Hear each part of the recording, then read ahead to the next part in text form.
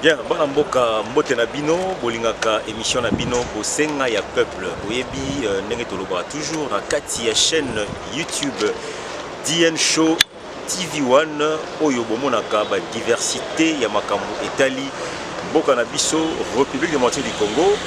Honorable président na lobaka toujours que il est vrai des fois tout ça la analyse na ba réalité misusu o etali mboka na biso parce que soki biso tolobeli mboka na biso Congo te moto mususu pa kolobela Congo azali te kasi lelo na lobaki tomekana ko palper du doigt tozo simba koto oyo tozo simba pe koto oyo na ba réalité ya makambo oyo nyonso oyo esalemaki oyo ezali kosalema pe oyo elingi esalema na mboka na biso Congo. Nazali na mwana mboka Fakindala oyo azali na biso na émission oyo osenga ya peuple ya azali bongo moko ya ligue des communicateurs ya mokonzi ya mboka Fachi bien sûr tolobela ngo ndengwana akozala awa pour que tomeka kosola naye ba makambo ebele o etali mboka na biso. Voilà, vous allez comprendre que nous sommes ici dans le commune de la Gombe bien sûr mwana mboka Zoya yé azali na biso toujours de tolobi vous allez respecter ba normes et barrières bien que on a levé la mesure à travers l'état d'urgence. Mwana mboka voilà, batu bazali kotala yo bala ya mbope to ya mbio na kati ya émission oyo bosenga ya peuple na kati ya chaîne na biso DN Show télévision one otoyebi totala makabi pa biso en Angleterre topesi boss Dani Bolikia mbote topesi pe mbote na mama Nana Bolikia topesi pe mbote lisusu na bandeko bazotala biso depuis États-Unis d'Amérique Magali Bokongo ni bazali ebele bazali kotala biso ndeko Jean-Pierre Maweja bazali pe mobilisateur ya regroupement moko ya ba fasciste o bazali kuna na kati ya mboka États-Unis bazali kolanda biso. Voilà, alors na masolo ya lelo nalingaki na to palper du doigt totala no makambo ya mboka ezali kosalema na ligne d'abord yo moko na ngomisa na présentation parce que bino bayi politique bo baki sa rapé ya mingi soto lobi bo non il faut ko baki sa pe bo moi présentation na moi le banque bato ba pe ya. Merci honorable président, c'est votre frère votre camarade Vakindala nazali membre ya RDT oyo ezokamba na excellence Sylvain Motombo et puis nazali coordonnateur ya ligue des communicateurs volontaires fascistes LCVF aussi. D'accord. Voilà, na botali sikonyo so salemi na mboka na biso parce que le don ngana to tellement masolo ba réalité ya Congo les ali ko tambola na tala ki ba batu mususu bazali ko commenter ko sala mo ba déclaration mais la fin dans le kimi na lo baki non il n'est pas encore le moment pour moi personnellement le président. Le moment viendra où j'aurai quelqu'un avec qui on va parler un peu tomekana ko beta na solo par rapport à la réalité au Italie mboka na biso. Voilà, alors lelo na linga ki to beta na moi c'était muki vous allez avoir na kati ya commune Gombe parking na ngana kati partout ba mo na neti vie zongi boka vie zongi ba lever état d'urgence mituka awa ezalaki te mituka awa to ezalaki te na parking ya butu elo mituka combien belé ndenge ba lever mesure wana pendant que coronavirus to yebite est-ce que esili qu'est-ce qui prouve que esili et qu'est-ce qui prouve que esilité yo étant que moko ya bayi politique na mboka na biso oyambaki mbela wana tant mokonzi ya mboka alobaki ke na lever mesure mais progressivement yo ce qui ont dit. Mais premièrement, je tiens à saluer le président de la République pour sa décision moko fort et pour ça là que lobby ezala bien. Vous savez, pandémie on est touché qui couche sur tout le monde. Ça tout ça qui est épargné. Après 4 mois d'absence de l'activité proprement dite, nous tout là qui ça c'était vraiment évident pour nous avoir la décision moko ya makasi. Et sur ce, pour vous rappeler, la pandémie existe encore, malade des alliés, mais on ne pouvait pas rester en berne pendant toute une année. Et sur ce, mon Konzambo Gazo qui va viser à longo l'état d'urgence, mais bah gestes et barrières, ils ont continué. Donc on ne pouvait pas rester car dans un système où on a pour l'économie, tout ça, économie très faible. Pour faire des sessions sur Batunanda pour plus d'une année, c'est terrible.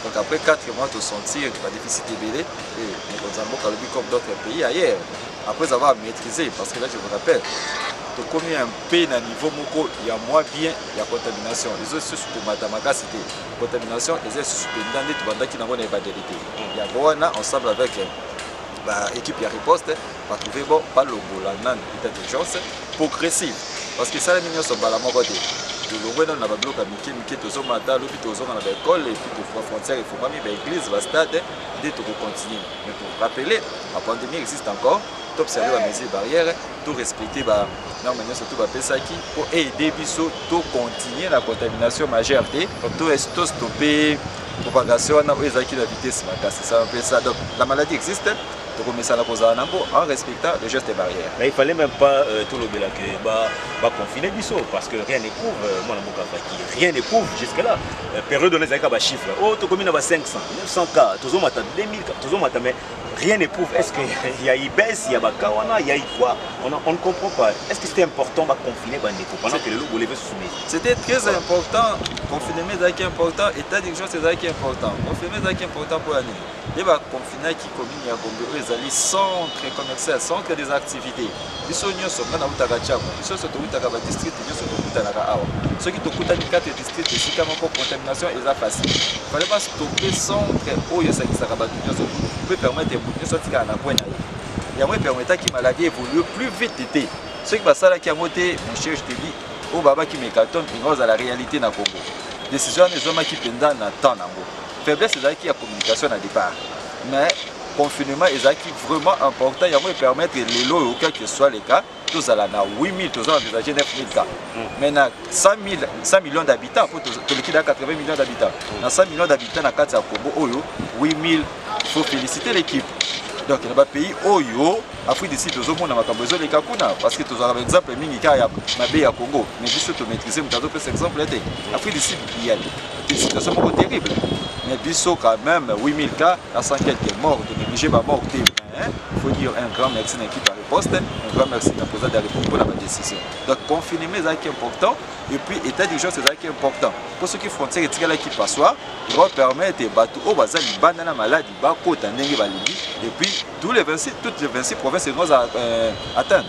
Mais les autres, ils ont 14 provinces, entre autres les 12, parce que des provinces, ils ont isolé. Donc, confinement, l'état d'urgence est très important, il y a un des bisous. Ok. Bon, vous allez comprendre bien.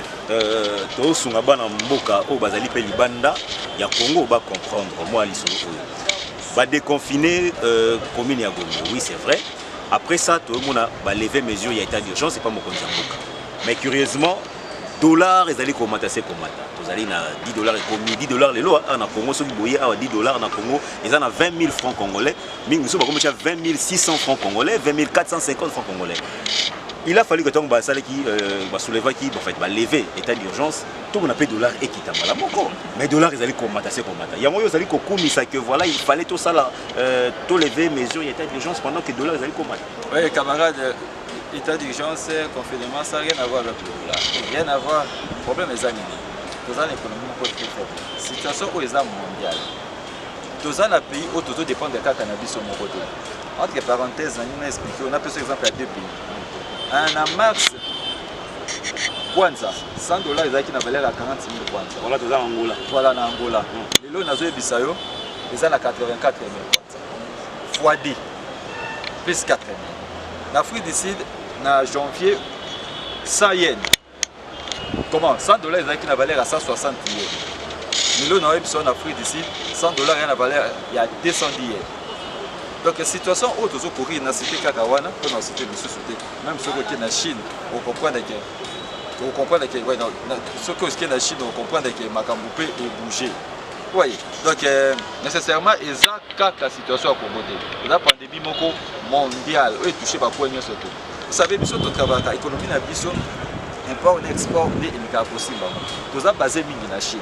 Les matières premières et qui sont en Chine. Chine à peu près 80% de la matière première pour la transformation et bien pour le moment Chine a la capacité wanate parce que mobilisation il y a recette mobilisation il y a fonds et succès local l'économie est vendue dans la matière première et que les banda au bazwa kango bazo travailler comme il faut tous obligé à kotika na ngolanda et du budget na biso est focalisé na ngo eza focalisé na matière yango esalaka ke soki mbo biloko ezobima te dollar ezoya te franc ekokomi ebele sur le terrain soki franc ekomi ebele sur le terrain eza ke kosomba dollar ekomi pasi mpona bacommerçant donc dollar ekoma pasi valeur nango ezomata franc valeur ya dollar ezomata franc ezoperdre valeur yango ozomona lelo dollar ekomi recherché franc ekomi ebele sur le terrain soki franc ekomi ebele sur le terrain taux d'échange ebougeaka donc eza situation moko ya lelo te eza situation depuis longtemps au Mobutu Kuta perda qui valeur ya mbongo Kabila le père tango ayaka 1 dollar ezaki na valeur presque 1,3 francs mais akendaki atiki biso 100 dollars na 35 non ndenge zoloba boy cela veut dire que pour na yo dollar touriste te nazoloba ke eza situation moko économique ya munene eyeli biso sikoyo mais na Congo yo bassesse nango soit baisse komata nango ebanda kala Moussa tika biso na 35 000 francs pour 100 dollars régime autoleka pendant 18 ans balongo biso na 35 000 francs tina 160 pandémie ezalaki te crise mondiale ezalaki te c'était la catastrophe ezawana na régime eleki Moussa tika biso na 35 bon bakomisa biso tina 160 biso réseau eza valable eza pandémie etouché point nyonso tout UTT cela maîtrise à 160 wana inga osalama et puis un bon gestionnaire na kati ya banque wana et permettre stabilité ezala jusqu'à présent nous avons un bon gestionnaire dans la banque centrale. Ah d'accord, voilà. Voilà Zali Maloba Vakinda là, Azali pour expliquer biso qu'est-ce qui se passe exactement parce que même si bino que Nazali ko mekanon on aye ko mekanon ko simba côté ko simba mo côté mo ba mokambo ezali réalité na mboka na biso. Mais en regardant si konyo surtout ezali ko sala maboye. Na esika o to mona chef du gouvernement Kamba avant na kimia asala makambo kimia mais tozali komona moi tiraillement entre ye na mokonzi mboka on dirait za moi mboka njambe bazali kosimba simba petate en fait banani bazali non ko créer un scénario de trouble wana parce que na poto batuninga likambo wana qui sont derrière ces troubles entre Fachi na Ilukamba qui sont derrière ces troubles qu'est-ce qui se passe ouais personne derrière ces troubles ezali incivisme ezali manque ya sérieux ezali désordre moko oyo kota na ADN oyo ezalaki pa ba papa na biso bandeko na biso FCC ils ont vécu dans les désordres ils sont habitués dans les désordres mais vous avez un pouvoir vous avez comment je vais signifier tout ça les un système ya mabe ba mesana na boko ka komona dossier ya changement vous savez bon peut-être Congo a mais tous à la culture ya passé ce qui total passé à Ilunga, qu'est-ce qu'il a fourni dans la société de Sotawuta? Il faut se prendre un gars à cocater la primature. Parce que place au tali parcours dans la société à Wuta à coca avant plus de 20 ans la société moko na moni lo malonga salade. Bon les lots yo soka briller na incompétence c'est tout à fait normal. Vie azara jeune à cocater âge pour trahir rien qui est en Bosala qui c'est ça et ça encore voilà ça encore candidature na et ça encore local la primature il fallait utakoter na bango na bakor yango ba pesa ki biso mais appuyer les compétences parce que tout ça na Congo toyebi premier ministre banda qu'est-ce qu'il a fait qu'est-ce qu'il a fourni à part pour réclamer bloc il y a famille politique vous voyez donc les hommes tazo tiré ba ficelle les a incompétence ya premier ministre ils ont permis aux États-Unis de se la terre. Ils se basé sur la fertilité. Il y a des combats, ils se basé sur la famille politique. Mais sur le plan travail, il est inaperçu. Nous parlons de dollars. Il y a taux d'échange. Mais celui le premier ministre et le chef du gouvernement, qu'est-ce qu'il fait? Tant que Bazola qui s'allie pas. Azouaka Mesir Nini. Les hommes à FCC, c'est au de la coalition. Finance, les hommes à FCC. Banque centrale, avec la FCC. Mais ceux qui conglomérats ya badouana, bazo kokate to le bani. Bazo kokate. Ce qu'on voit là surtout président de la République a justifié en 2023. Nous disons non. Non. Ilukamba aza incompétent. Aza incompétent, ngai na meko ta la passé na e asali pe loko malonga ti na passé. Donc voilà tout parce qu'on raison à joindre na e. Tant on aimerait qu'on soit commande na ndenga signaki ba kanda to pe ça est raison parce que Ilukamba Oumelaki ou bien il n'était pas vraiment prêt pour exécuter. Contre ça, pour signer comme intérim, ils ont garanti dans la Constitution. Dans son article 90 alinéa 2, le Premier ministre il est le garant du gouvernement, le chef du gouvernement. Dans son absence, ils allaient directement apprécier un mouton à l'Indien Nassima. Ah, monsieur le ministre intérieur. Il y a un qui intérimaire, ils ont un candidat. il faut avoir qu'il dans les mukanda tout comme ça intérim. C'est automatique. En absence naïe, Mbalamoko c'est le ministre de l'Intérieur qui joue l'intérêt. Donc local le dossier ana ezala qui y a cabinet, il y a premier ministre. C'est un dossier président de la République. Il faut tout me caper pour ça part des choses. Quand le dossier a signé, il y ça là, aux signé à côté. Aux signé mon pandi, yo balobi yo te mutokomi, babi yo te mutonomi, té. Ça contre ça. Premier, quand le dossier président de la République, il n'est pas signé. Ça n'engage que lui. Les autres prérogatives na yé. C'est quoi yo mutoko signé mon pandi, aux autres la vérité ya mou. C'est être anormal, c'est être bon entre parenthèses, être malade. C'est impossible. Pour le document ordonnance, c'est chef de l'État. Pour premier ministre c'est une ordonnance. So aux autres la vérité, il y a colo lettre muta signé. Contre ça, déjà il y a primatique, il y a premier ministre. Mais au cas il y a absence, la constitution le bien. Dans son article 90 alinéa D. La personne qui joue l'intérim a contre-signé, à cause de l'intérim, il y a surtout. Mais si vous avez un problème à l'objet il devait donner des explications par rapport à cette situation. Le Premier ministre de Lukamba a Sengaki Ayama Mokonzamboka, mais Mokonzamboka Zoboya Koyambaye à l'objet tout dans le conseil du gouvernement. C'est le poids de l'âge. C'est le poids de l'âge.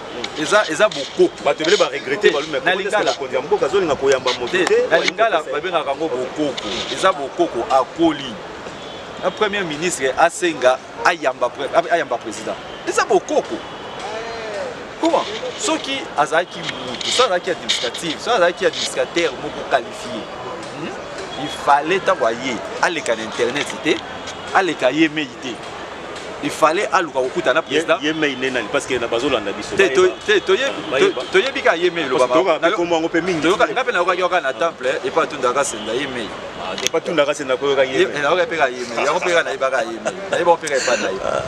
il fallait d'abord commencer à président de la République avant de se lancer dans les réseaux sociaux. Avant Obimisa, le pauvre papa attaché de presse, ceux qui je ne sais pas moi porter parole. Avant Obimisa, à sa déclaration bidon. Il fallait d'abord commencer à Mokonzamboka. Yomoko en solo. Au bani na déclaration bidon et pour l'audience. Là c'est le poids de l'âge. C'est ça, moi je qualifie ça le poids de l'âge. C'est notre pépé, c'est notre grand-père. Azo mérité retraite politique. D'accord. On va prendre le tout dernier palabre du sujet parce qu'après cela, nous, on va essayer un peu de conclure avec vous sur une situation qui nous entoure. Hein. Donc, vous comprenez parce que donc on doit faire cet exercice-là. Mais simplement, tout le monde a la azali moko au moment où il dépêche au mais tu allez peine moins regret l'élo bango bazo sepelaté baninga misus pe batambola tozo batembo ka to suka kaka bango moko état de droit baloba état de droit kaka bango moko mututu aza libre asala makambo na mboka na ye mututu balobelaka o selon ordre érigé na mboka na biso mutu azali na droit lelo akoko sala marche asengi akotisi mukanda. Il n'y a pas de problème. Bango batambolaki, IDPS tambolaki, to monaki basalaki marche awa. Tozali komitu na marche na bango vraiment. Na kati ya makambu. Il y a d'autres personnes de l'IDPS qui étaient contre le processus, il y a fonctionnement, il y a mboka na biso auprès des dirigeants na biso. Alors wana toyebi qui assume, c'est Fachi qui assume, na suite na mobim. Bato IDPS batambolaki, ba sepelaki te. To monaki kaka bango batambolaki pour réclamer départ ya Rosa Malon. Il fallait azala moko ya bakambi ya Seni. Il fallait oya awa bango batelemela ki bango. Mais curieusement on a vu bande qu'on a vu sur FCC batamboli awa ba botisi bango ba incompréhension batona babi marabazo ko tambola te na mboka baza ko semer trouble baza batumoko bo il faut mettre à côté tout. Alors lelo to lo banini le respect des droits vous-même vous ne respectez pas ça aux autres parce que FCC lelo tamboli et la kisibino neni batambola ki tout en respectant ba gestes et barrières. Ça les trouble était, il n'y a pas eu de morts, il n'y a pas eu de provocation. Par rapport à Yanné Biloton Botamoulaki. Tout est normal par rapport à l'Italie, marche. Oui, voilà. Merci, honorable président. Normalement, marche est à continue. Dans la proche, il y a IDPS, dans la proche, il y a cash. Dans la IDPS, juste pour signifier quelque chose. Marche est à continue. Ok. Marche est tout ça qui pense à cash. Ensemble, dans IDPS, il y a qui peuvent revendiquer des choses. Première des choses, antérieurement, il y a Constant Malo. Oui, Chitaki Mabe, Oyo, Madame Mabunda, na Ekiri, na Ebaleki Sakiamo na ndenge ya mko, Obakinoto Bakana, Kanaï. Il y a mis balé contre la loi, le projet à loi bidon, il y a Sakata, ndeko na biso oyo asala 18 ans na Obé Minako. Ok. Vous voyez, il y a FPI, il faut n'avoir si ça va comme donc des makambo wana nde totambolaki ya Ronsard et puis il y a Obé Minako na sakata pe yekuta bimika ka lelo azuki toza kombo ba yoye ba na dernière minute côté makambo mibale wana contenu ezalaki to côté silette na municipalité na gouvernement provincial comme d'habitude il y a des causes ezalaki te mais ba sera qui un peu sécurité c'est ça et puis to il y a des causes OK il y a des causes ezalini loi sakata Obé Minako côté na Corbeil ndeko na ngai Ronsard très compétent na makambo na ye malgré tout bengba la tinzo ta Judas Cariote mwana bato aza mayele mwana bato ayebine musala na ye mais est-ce qu'on va utiliser kaka muta mayele bola tise nzoto asali kamikaze ndeko na ngai Ronsard donc totambola pona makambo mibale sakata Obé et puis Ronsard makambo na bango bazosala toboyi loi sakata Obé toboyi intérimaire ya Ronsard. Vous voyez coalition FCC cacheté. Wana coalition FCC cache. Vous voyez té. Mokoliba le panzana rabasala ra communiquer té. Bo soutaka moi ça tambola ki pété. Wana bo soutaka moi ça kangi bisaka zonge pa ba. Wana to ça communiquer té. Po mi ça peut ya divorce za la raté. OK. Donc pour la loi wana auto baki na intérimaire to tambola ki to zuki ya té. Wana ya biso ele. Ya mi balé ba de kola biso à 13 ya la muka. Ba ko pe ba bi ba sunga ba boyi sa ba loi ya sakata baboyi akamba konsa batamboli esengo na biso eza nini bemba na 2005 abimisaka bachar mais lelo na 2020 ye moko atamboli na mwasi na bana a retrouver liberté oyo apimelaka bato na 2005 donc c'est un peu ça esengo na biso bemba yoki elengi ya marche ya misato oyo basalaki lobby premièrement natondi botondi na bakambi ya FCC mpo na nini babattre record ya monde. La marche la plus courte du monde, eza ya bango batamboli soki 900 mètres. Nanu esalamate en plus na air. Oui oui. Eza record. Ozo komisa tozo chola. Te na komisi. Omoni lorsqu'il y a beaucoup de professeurs bavandi babimisa keloko makasi. On va bien kango bombe. Batamboli 900 mètres. Babandi na 11h35 basisi na 12h10. Marche moko oyo donc babaka biloko ya na kingasani boya bo biloko babite VIP baye bango nyonso na ba chip ba kiti boum na kumisi lisusu ndeko lamba ominda sali physique na kumisi bandeko nani Shadari batambola kala na makolo po moya kotambola Kinshasa ezate makambo eleki mais lobby bazaki na moins chance ya koyoka lenga marche de santé babandi ko banda ko hydro ti point obiso betaka mo dada mikonyo toi c'est oser la transport pour ça malembe. Bikama malamu yango un avantage eza pour la santé premièrement pour la santé ba mende santé ba neyemi bazwa ka chance akotambo ya makolote mais basali moi 900 comment 900 mètres avantage yango na pour la santé physique na bango avantage pe pour la record mondial la marche la plus courte du monde c'est ça l'avantage c'est quoi contenu ezani le vrai problème balinga ki ba basé ba c'est pas kumisa Ronsard pour marche liboso za kinini pas soutenir Ronsard. Si vous avez moni likambo so eza su ya Ronsard te mais loba za to loba ki soni e ko sopa biso ne to bana Kinshasa to kindeka. Po Shadari ye moko ayebelo ka marché te. Po so ta internet ba otuni muto marché po ninga pe na yebite na sutiki kala combien. Mais non, moi je pense qu'il faut bailler pas parce que Ngoïka sans jaloba ki ngo. Alors ki que non on va faire une marche pour juste pour réclamer respect à texte constitutionnel. Revenir au vrai texte constitutionnel. Papa. Je pense que et tous sont au courant. Constitution wana oyo biso to boya kaliboso. Bango baba keza kitoko parmi meilleure constitution ya monde. Siko ozoinga to kende to simba nini. Biso to ndo bunda pona constitution. Lelo bazo se fier à bunda la constitution. Constitution eza bien. Eza bien la meilleure. Pas plus cet article mon côté. Botamboli bozo réclamer biso to tambola pona article 220. Oh papa na biso aki retraite Kembo. Asovaka biso na Sénat. To tambola pona article 220. Mais bango batamboli pour la constitution mobimba ko bana na préambule itina article 229 ezala bate contenu ezala quitté basali marche de santé te sika bakomi bakaboli mbongo na ebité lokola moi confinement o il fallait ba benga bato ebele pour bapesa bango ba moi quelque chose là ou ça fait basala ngo na ba cellule pour objectif principal ezaki nini donner les miettes na bato bayaki ceux qui ba militants toté parce que ceux qui eza ba militants na bango pour encourager bango. Ça peut bana wewa oyo ba utere pa na bino. Mais je peux remarquer 7000 car bana wewa o bobino ko tambola. Ngai naza na ba image ndeko na kopesa yo.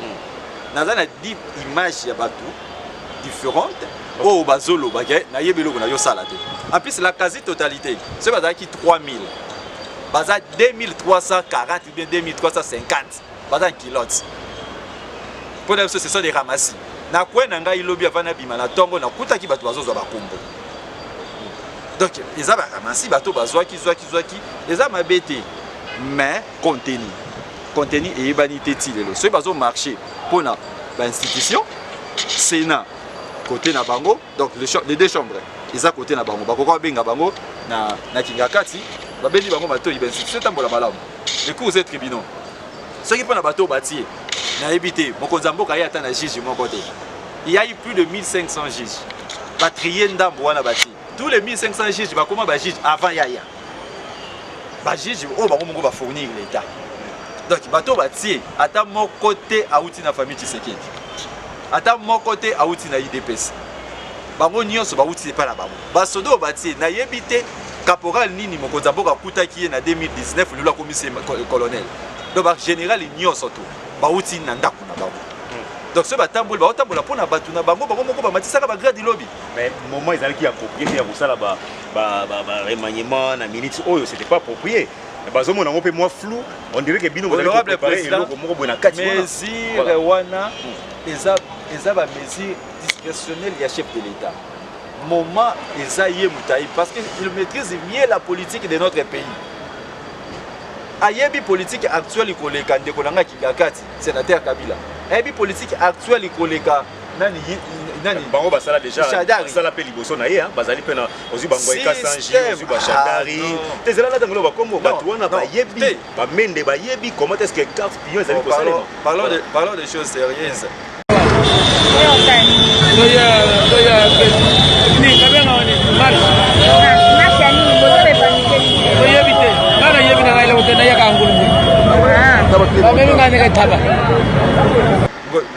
Boyka Sanji, la classe politique, lorsque on va sérieux, Boyka Sanji, on a mis un théâtre politique. Sur le plan politique sérieuse, Boyka Sanji Bazati, ils ont opportunisme, opportunité, ça là qui est la promotion, c'est le Gopamba, le Lopeto Côte, ça va dans la scène politique. Lorsqu'on parle des choses sérieuses, il ne faut pas citer des noms. Pour que mes biso te glisser ma casse. Donc, politique, oh, bah, mes biso il y a 18 ans passés. Les gens qui doivent être qui perd gagne. Échec, dame. Donc, ce qu'on a mingi, donc celui qui perd beaucoup gagne. Il y a un autre qui est beau. Donc, comme un système normal, il y a des dames, il y a comme bunga. Donc, en vrai dire, le contenu n'a marche chez Zala quitté. Mais félicitations pour la marche de santé, mais félicitations pour le record mondial. Il n'y a pas eu de mort aussi, hein? Parmi les records, la marche, dans le monde de l'élo, ça marche sans blessure, sans mort. On a fait photo auto-encourager, discipline les alaki, sans provocation, on a provoqué le siège, il y a des gens qui perdent beaucoup de temps. Papa, vous avez peur de famille.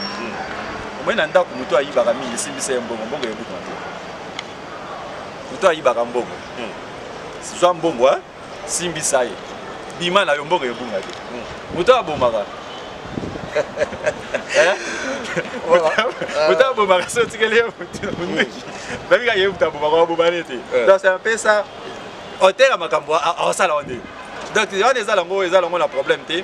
Infiltration to yebi ndesa la makaba marche mususu to yebi biso nso to yebi.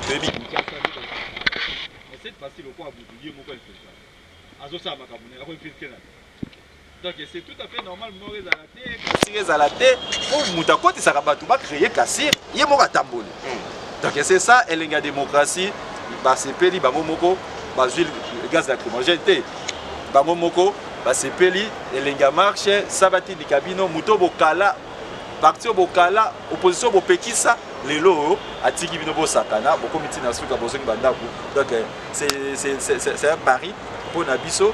Merci na mokoza mboka, merci à l'autorité municipale. Oh bah boya qui coûte pour ma côté documenté boyebi. Officiellement gouverneur a passé par autorisation de Chantini Ngobila. Mutu na bango ya FCC ba yo kelete. Bazali bana mboka. Respect à constitution. Alors tambo ba bazo revendiquer respect à constitution. Bazo revendiquer respect à la loi. Par contre ici mukanda na gouvernement provincial.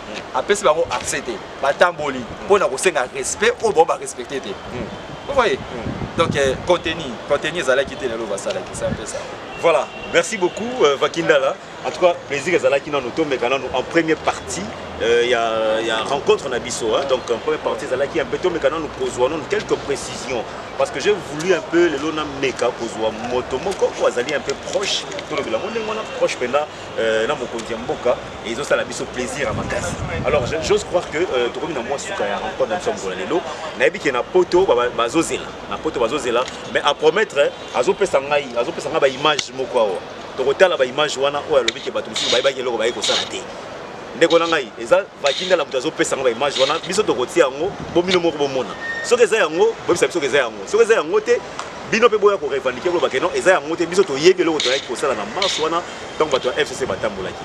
Matono mingi mwana mboka na ebite moi liloba ya suka et puis to eba pe évolution na yo moko pe personnellement eza na niveau ligne a pe makambo ezongi moi vie ezali kozonga ba activité est-ce qu'il y a encore des préparatifs là-dessus pour bato ya Kinshasa ba yeba bandeko ya poto pe ba yeba pe bandeko balanda biso depuis Afrique du Sud moi un peu au courant par rapport à la procédure à la marche na merci honorable président na ndenge ya biso sur la chaîne ya YouTube tozana pona kobenda ba ficelle te pona mboto mbokete mais soki ngonga koloba vérité ezali lokwa lelo tolobi vérité d'accord mais or ça hormis makambo surtout to sololi awa pour ce objectif principal des années encourager les initiatives positives des chefs de l'État les acquis diplomatiques tango abimaka libanda oyo ayelaka biso lokola résultat yango nde biso tosibazaka et puis tocommuniquer yango na babali c'est un peu ça notre travail automi pesa tobi eza ligue des communicateurs volontaires fascistes toza na libenga moto te toza na poche ya motu te toza na autorité morale te oyo motu moko avandaka apesa bino makanisi wana toboyi to biso to raisonner tosala nouvelle classe politique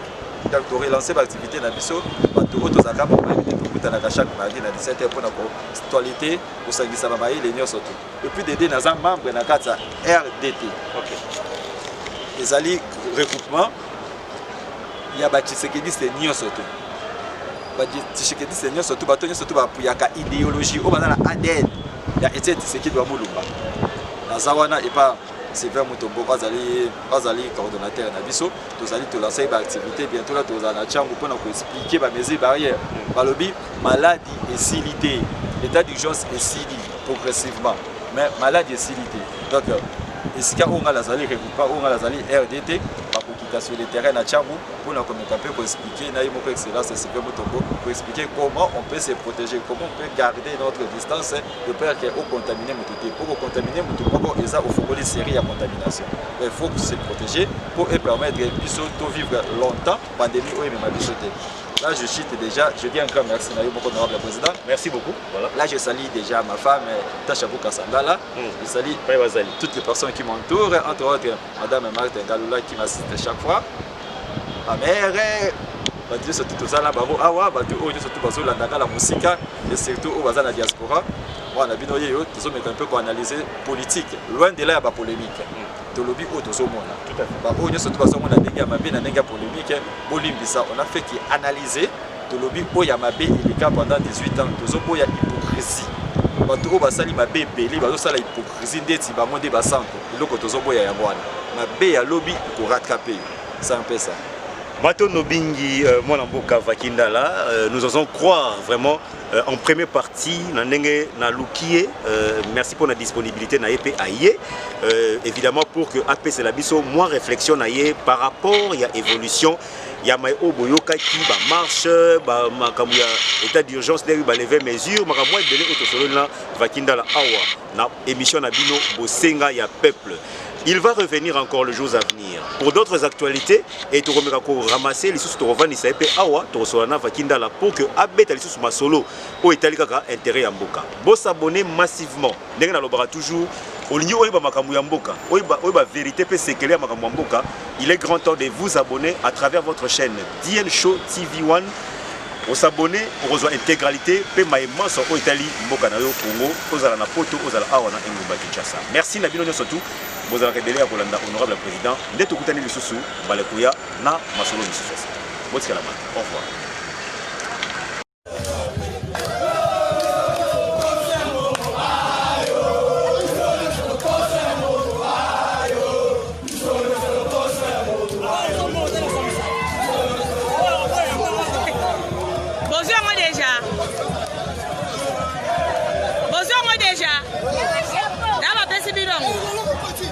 Hey!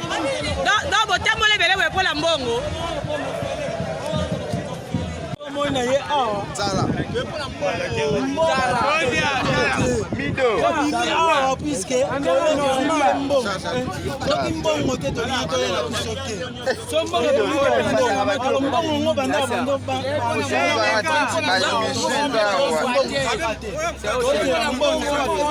non yo ondimi kotrahir ka chikola 10 000 francs mpo ya oleka na nzela na ye kaka mpo bapesanga mpona aleka na kutana mbongo baboya yango te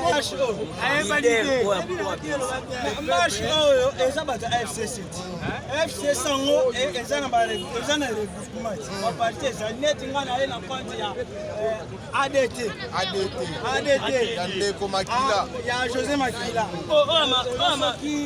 Makila na ATD. alliance